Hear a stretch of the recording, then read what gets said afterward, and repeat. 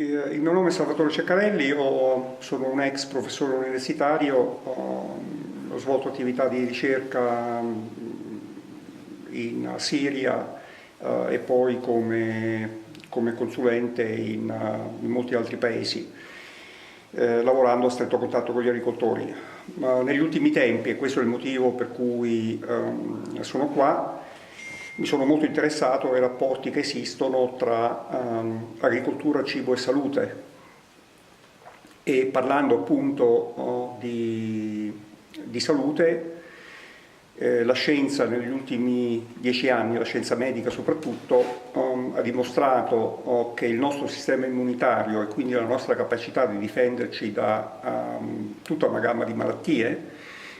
comprese non soltanto le malattie del nostro fisico ma anche quelle mentali, dipendono dalla composizione e dalla diversità del nostro microbioma intestinale, una massa di circa 2 kg di virus, batteri, protozoi, lieviti. E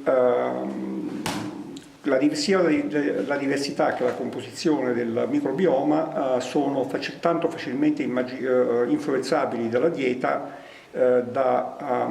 cambiare, appunto col cambiare della dieta, in appena 24 ore. Questo ha fatto sorgere molto interesse nell'effetto che diverse diete hanno sulla nostra salute,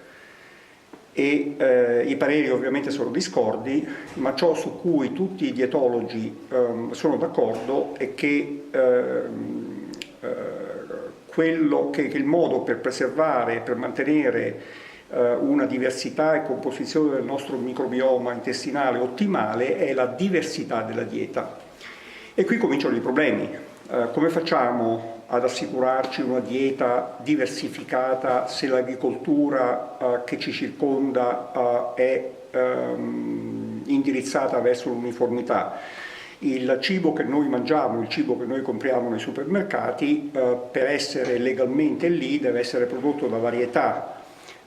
il cui seme, per essere legalmente commercializzato, deve corrispondere ai dei requisiti. Quelli fondamentali sono la distinguibilità, la stabilità e l'uniformità, e qui ovviamente è apparente il contrasto tra quello che ci raccomanda la scienza medica e quello che invece ci offre l'agricoltura.